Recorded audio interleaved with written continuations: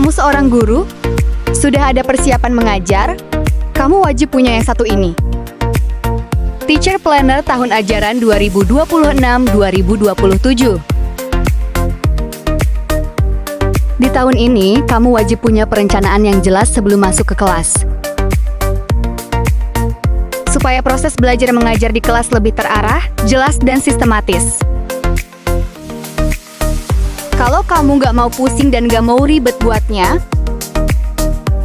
dan mau samaan dengan punya aku, silakan DM aku atau ketik mau di kolom komentar ya.